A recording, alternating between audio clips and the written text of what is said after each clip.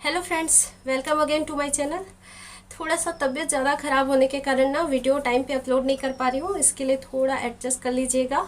जैसे ही तबीयत ठीक होगी मैं आप लोगों के बीच रेगुलर वीडियो लेकर आते रहूँगी। इससे पहले हमने 6वीं शताब्दी ईसा पूर्व में जो उत्तर वैदिक काल से चली आ रही थी कुरीतियों के खिलाफ कैसे रोष उत्पन्न हुआ था और अनेक धर्मों का उदय हुआ था, इसके बारे में देखा था। और उस लेक्चर में सारे धर्मों को, जैन धर्म, बौद्ध धर्म, जो भी संप्रदाय उद्भव हुए थे उनके बारे में मैंने आपको अच्छे से डील किया था।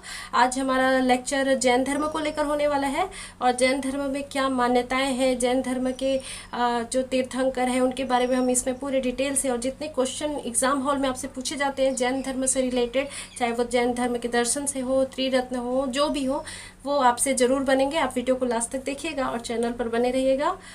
इसका PDF आपको मेरे टेलीग्राम चैनल स्टडी विद खुशी में मिल जाएगा। तो चलिए लेक्चर स्टार्ट करते हैं। देखिए, जैन धर्म के जो संस्थापक थे वो पहले जो तीर्थंकर हैं ऋषभ देव, उनको माना जाता है। लेकिन अगर वास्तविक संस्थापक की बात करूं तो वास्तविक संस्थापक आपके 24वें तीर्थंकर महावीर स्वामी थे। ठीक है, जैन धर्म में जो जैन धर्म की परंपराओं के अनुसार जो धर्म गुरु होते हैं उन्हें तीर्थंकर कहा जाता है। ठीक है, तीर्थंकर किन्हें कहते हैं? जो जैन धर्म के जो गुरु होते हैं ना, धार्मिक गुरु होते हैं, उनको तीर्थंकर कहा जाता है। और जैन धर्म में कुल 24 तीर्थंकर हुए। कितने हुए? 24 तीर्थंकर हुए। तो उनमें पहले थे ऋषभ देव, जिन्हें जैन धर्म का संस्थापक माना जाता है। लेकिन अगर वास्तविक संस्थापक की बात करूं तो वास्तविक संस्थापक महावीर स्वामी थे। आपको महावीर स्वामी की जीवनी भी पता होनी चाहिए क्योंकि इससे एग्जाम में प्रश्न पूछे जाते हैं, इसलिए आप वीडियो से सुनिएगा। देखिए, महावीर स्वामी का जो जन्म है वो 540 ईसा पूर्व में कुंडल ग्राम है ना, मतलब वैशाली के निकट एक कुंडल ग्राम करके जगह है, वहाँ पे हुआ था। ठीक है, और इनके पिता का नाम सिद्धार्थ था। महावीर स्वामी का नाम वर्धमान और उनके पिताजी का नाम सिद्धार्थ था। ठीक है, सिद्धार्थ जो है गायत्री कुल के थे और इनकी माता जो है वो त्रिशला थी, वो लिच्छवी कुल की थी। तो ऐसा पूछता है एग्जाम में कि जो महावीर स्वामी है उनकी माता किस कुल से थी, तो इनकी माता का नाम त्रिशला था और ये लिच्छवी कुल की थी। ठीक है ना। इनकी पत्नी का नाम यशोदा, आपको याद रखना है। देखिए, बौद्ध धर्म में आपको यशोधरा भी पढ़ाऊंगी तो आपको कंफ्यूज नहीं होना है। महावीर स्वामी की पत्नी का नाम यशोदा था और इनके पुत्री का नाम अनुज्या था। ठीक है, या इसे प्रियदर्शनी भी कहते थे, मतलब अनुज्या या प्रियदर्शनी, आपको दोनों नाम याद रखने हैं। ठीक है, इनके भाई का नाम नंदीवर्धन था और इन्होंने अपने भाई की अनुमति से 30 वर्ष की आयु में, ठीक है, 30 वर्ष की आयु में गृह त्याग कर दिया था, घर छोड़कर चले गए थे। देखिए, महावीर स्वामी हो या गौतम बुद्ध, दोनों क्षत्रिय थे। ठीक है, मैंने अभी बताया आपको क्षत्रिय थे। इनके जो पिता है वो गायत्री कुल से थे और माता जो है लिच्छवी कुल की थी। ठीक है, और इनके जो भाई है, महावीर स्वामी के जो भाई हैं, उनका नाम नंदीवर्धन था। उन्होंने अपने भाई की अनुमति से 30 वर्ष की आयु में गृह का त्याग कर दिया। ठीक है, और जब वो 30 वर्ष की आयु में गृह त्याग करके वहाँ से चले गए तो इन्हें लगभग 12 वर्ष के बाद 42 वर्ष की उम्र में कैवल्य प्राप्त हुआ, मतलब ज्ञान की प्राप्ति हुई। इसे कैवल्य कहा जाता है। ठीक है, कहाँ प्राप्त हुआ? जिम्भिका ग्राम रिजुपालिका नदी के किनारे एक साल वृक्ष के नीचे। ठीक है, आपको ये तीनों याद रखने हैं। कहाँ ज्ञान प्राप्त हुआ? कहाँ ज्ञान प्राप्त मतलब कैवल्य की प्राप्ति है ना, कैवल्य को ज्ञान कहा गया है। कहाँ प्राप्त हुआ? जिम्भिका ग्राम। ठीक है, कहाँ है ये? रिजुपालिका नदी के किनारे। आपको ये याद रखना है क्योंकि एग्जाम में पूछता है कौन सी नदी के किनारे, तो रिजुपालिका नदी के किनारे। कौन से वृक्ष के नीचे? साल वृक्ष के नीचे। ठीक है, ये सारे फैक्ट आपको याद रखना है। कितनी वर्ष की उम्र में ज्ञान प्राप्त हुआ? तो 42 वर्ष। क्यों? इन्होंने गृह त्याग कब किया था? 30 वर्ष की आयु में। 12 वर्ष इन्होंने तपस्या की। 12 वर्ष तपस्या करने के बाद 42 वर्ष की उम्र में इन्हें कैवल्य की प्राप्ति हुई। कहाँ? जिम्भिका ग्राम रिजुपालिका नदी के किनारे एक साल वृक्ष के नीचे। ठीक है, देखो, जैसे इन्हें ज्ञान प्राप्त हुई तब ये जिन्न कहलाए। क्या कहलाए? ज्ञान प्राप्ति के बाद जो महावीर थे वो जिन्न कहलाए। इन्हें निर्वाण की प्राप्ति कब हुई है ना, तो महावीर स्वामी को निर्वाण यानी मृत्यु, ठीक है, मृत्यु को निर्वाण कहा गया है। निर्वाण की प्राप्ति कब हुई? 468 ईसा पूर्व यानी 468 ईसा पूर्व में पावापुरी में हुआ। ठीक है, कहाँ हुआ? पावापुरी में हुआ।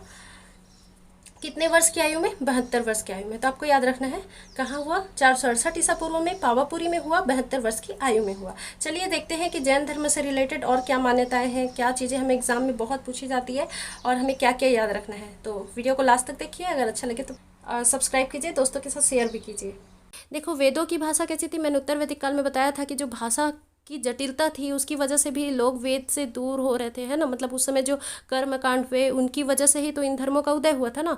तो वो संस्कृत भाषा जो थी आम जन की भाषा नहीं थी, सभी संस्कृत नहीं जानते थे सब। तो जो महावीर ने उपदेश दिए वो प्राकृत भाषा में अर्धमागधी, ठीक है, प्राकृत भाषा मतलब अर्धमागधी में थे, जो लोगों को समझ में आ रहे थे, ठीक है।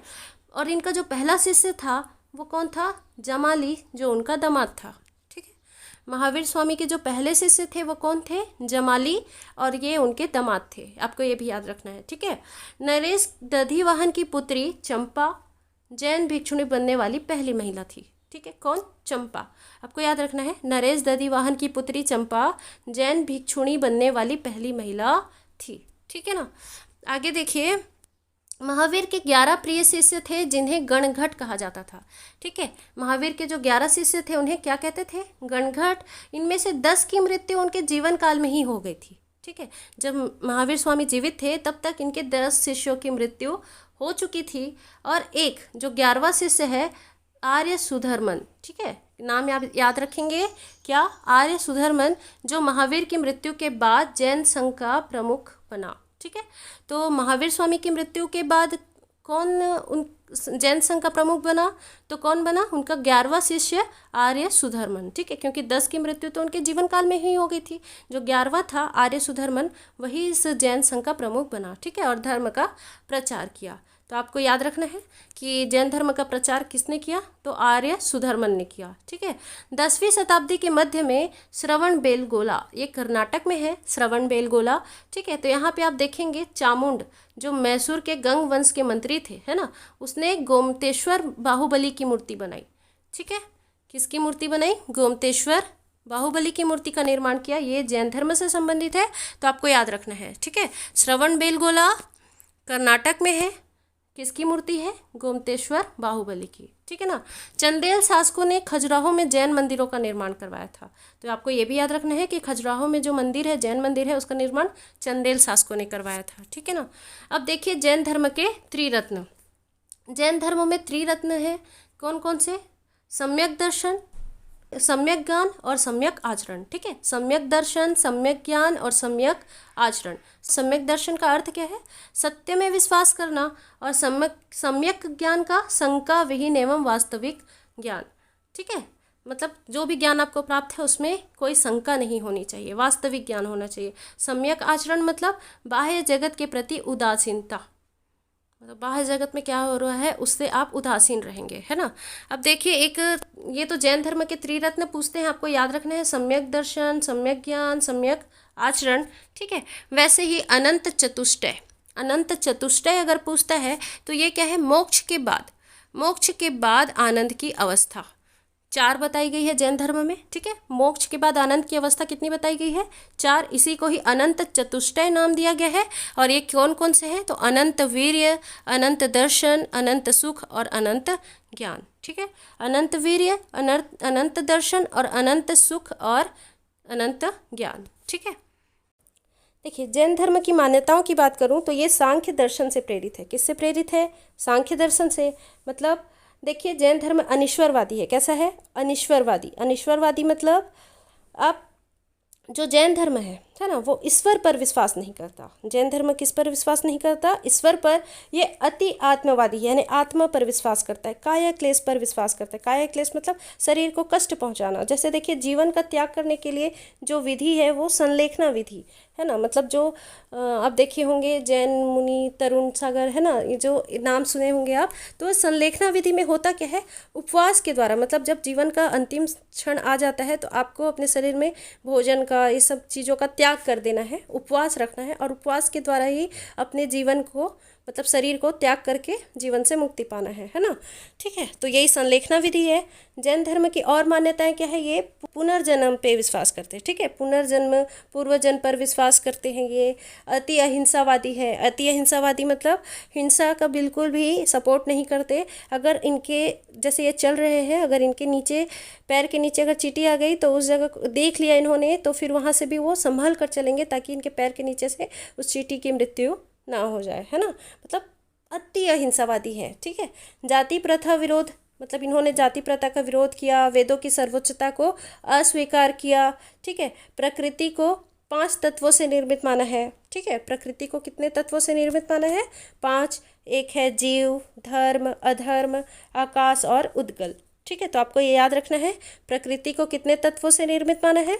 5, जीव, धर्म, अधर्म, आकाश और उद्गल। और इन्होंने पशु बलि, मूर्ति पूजा का भी विरोध किया। ठीक है, जाति प्रथा का विरोध किया, पशु बलि, मूर्ति पूजा का विरोध किया, इसीलिए तो वो उत्तर वैदिक काल में ये क्या हुए, प्रचलित हुए ना। क्योंकि मैंने आपको बताया था उस समय कर्मकांड जो है फैल चुका था, बहुत ज़्यादा जो मोक्ष निर्वाण की जो विधि थी वो बहुत खर्चीली हो चुकी थी, यज्ञ के लिए भी पशुओं की बलि दी जाती थी, है ना। इसलिए जनता में क्या होने लगा था, हिंदू धर्म के प्रति थोड़ा थोड़ा रोष उत्पन्न होने लगा था। तो इन्होंने क्या किया, वही जाति प्रथा का विरोध किया, पशु बलि, मूर्ति पूजा का विरोध किया, है ना। तो ये क्या हुए, उस लोकप्रिय होने लगे जैन धर्म। ठीक है, जैन धर्म में बार बार पूछता है आपसे जैन धर्म के टॉपिक से, स्याद्वाद, अनेकांतवाद या सप्तभंगी मार्ग। ठीक है, तो स्याद्वाद क्या है, अनेकांतवाद क्या है, या सप्तभंगी मार्ग, ये तीनों अलग अलग नाम है, एक ही चीज़ है। ठीक है, स्याद्वाद, अनेकांतवाद या सप्तभंगी मार्ग कहूँ मैं आपको, तो स्याद्वाद का अर्थ क्या होता है, सापेक्षतावाद, है ना। और इसमें किसी भी चीज़ को देखने के लिए मतलब बताया गया है कि 7 प्रकार की चीज़ें हो सकती हैं। क्या क्या, सप्तभंगी मतलब 7 प्रकार से, है ना।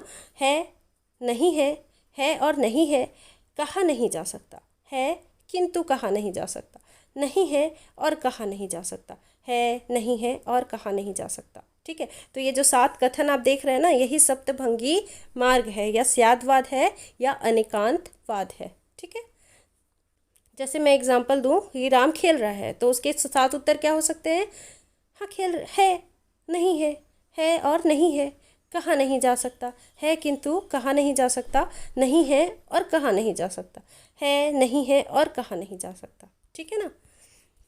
देखिए, जैन धर्म में पंच महाव्रत के बारे में पूछता है आपसे, तो आपको पंच महाव्रत के बारे में भी पता होना चाहिए। क्या क्या है, अहिंसा, सत्य, अस्तेय, अपरिग्रह और ब्रह्मचर्य। ठीक है, अहिंसा, सत्य, अस्तेय, अपरिग्रह और ब्रह्मचर्य। तो 3 तो अ से ही है ना, अहिंसा, अस्तेय, अपरिग्रह। अहिंसा मतलब किसी भी जीव की हत्या नहीं करना, हिंसा का पालन नहीं करना। ठीक है, सत्य मतलब क्रोध, भय, लोभ पर विजय प्राप्ति से सत्य नामक व्रत पूरा हो जाता है। ठीक है, आपको क्रोध पर, भय पर, लोभ पर विजय प्राप्त करना है। अस्तेय मतलब चोरी नहीं करना। ठीक है, बिना आज्ञा के किसी की वस्तु नहीं लेना। अपरिग्रह मतलब किसी भी वस्तु में आसक्ति नहीं रखना, लगाव नहीं रखना। ठीक है, और ब्रह्मचर्य मतलब सभी प्रकार की वासनाओं का त्याग करना, विवाहित जीवन नहीं जीना, है ना।